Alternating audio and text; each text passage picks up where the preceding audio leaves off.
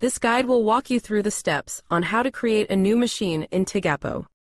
From the Tigapo homepage, click on Machines in the side menu as highlighted in green. The Machines page will open and display the machines. Each row on the page represents a machine by name.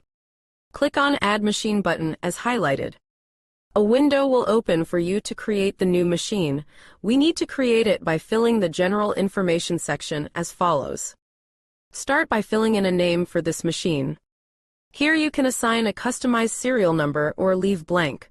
The serial number field is not mandatory, and if set will be displayed in a column on the Machines page.